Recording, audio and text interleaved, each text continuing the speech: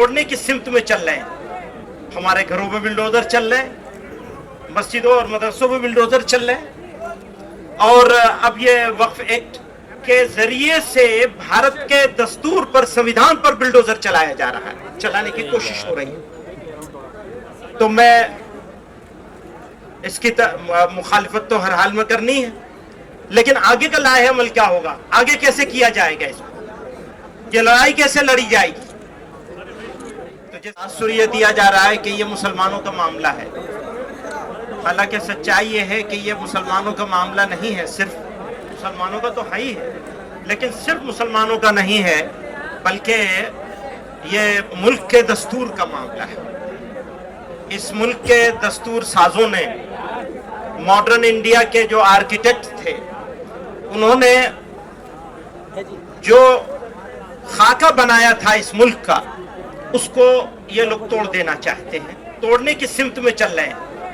ہمارے گھروں میں بلڈوزر چل رہے ہیں, مسجدوں اور مدرسوں میں بلڈوزر چل رہے ہیں, اور اب یہ وقف ایکٹ کے ذریعے سے بھارت کے دستور پر, سنویدھان پر بلڈوزر چلایا جا رہا ہے, چلانے کی کوشش ہو رہی ہے. تو میں اس کی مخالفت تو ہر حال میں کرنی ہے, لیکن آگے کا لائحہ عمل کیا ہوگا, آگے کیسے کیا جائے گا, اس کو یہ لڑائی کیسے لڑی جائے گی. تو جیسا کہ سب لوگوں نے کہا کہ یہ شروعات ہے, تو جب کسی چیز کی شروعات اتنی خوبصورت ہو تو اس کی جوانی اور اس کا شباب کتنا خوبصورت ہوگا.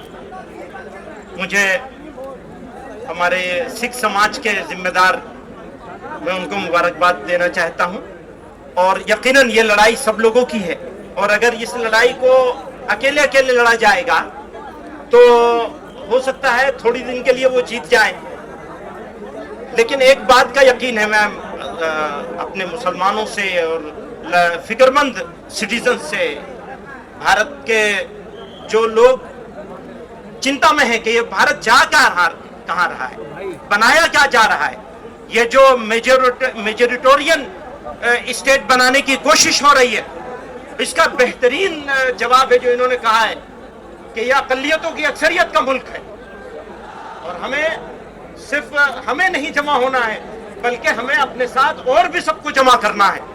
ایک بات یہ ہے. دوسری بات یہ ہے, ہر لڑائی کے لیے قربانی کی ضرورت ہوتی ہے. آپ لڑائی لڑیں گے اور آرام سے بیٹھے رہیں گے, کام نہیں ہوگا.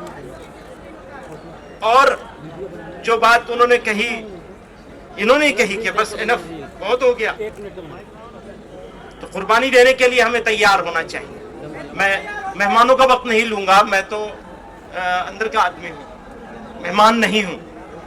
بہت سارے مہمان یہاں موجود ہیں, تو میں ایک شعر پہ اپنی بات ختم کرنا چاہتا ہوں. یہ آگے کا عزم ہے ہمارا. تھوڑی تکلیفیں رسن, کلیم عاجز مرحوم نے کہا تھا, تھوڑی تکلیفیں رسن پھر تھوڑی سی تکلیف دار. رسن کہتے ہیں جیل کو, تو اب صرف سڑک سے کام نہیں چلے گا.